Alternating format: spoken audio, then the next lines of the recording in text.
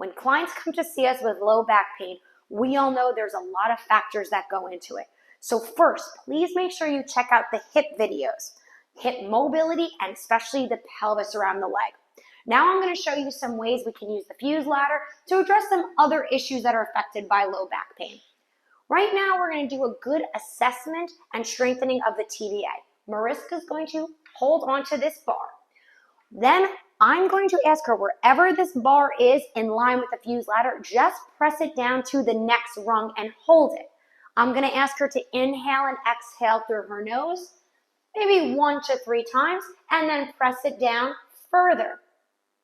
Do that breath again, and bring the arms all the way up. Have the arms pressed down as much as she can go.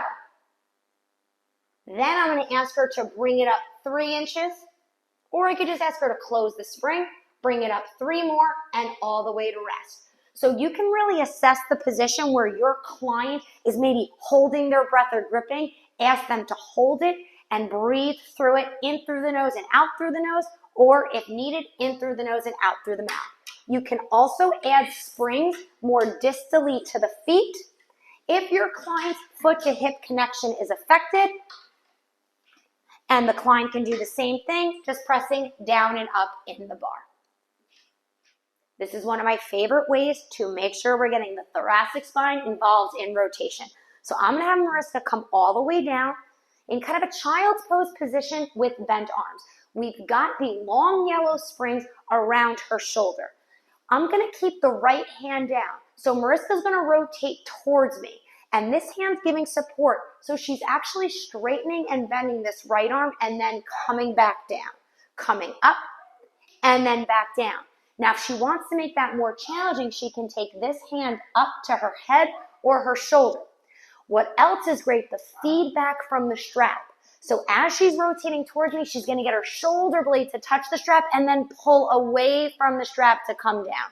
1 more and back down. Now, if this position is not available to your client, you can also come into quadruped.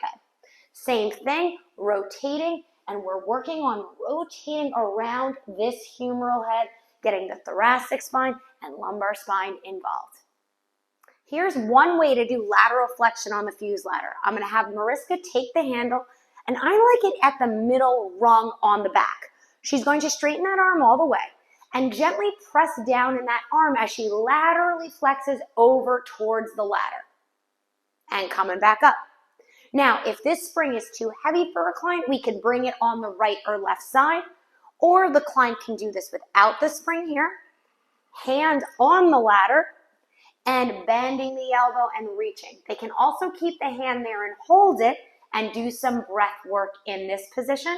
They can also bend their knees, and you can always add another line of pull with a spring around the hip for more feedback.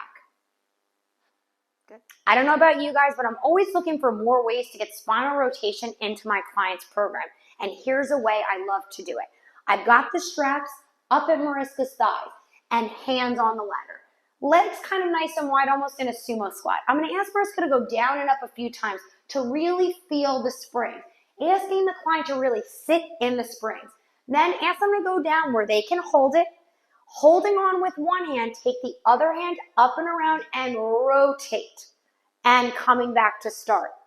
So by holding onto the ladder, the client can really focus on moving around the arm and get a little bit of pelvic rotation. So go for it, Mariska. A little pelvic rotation around those femurs, still keeping those straps in place.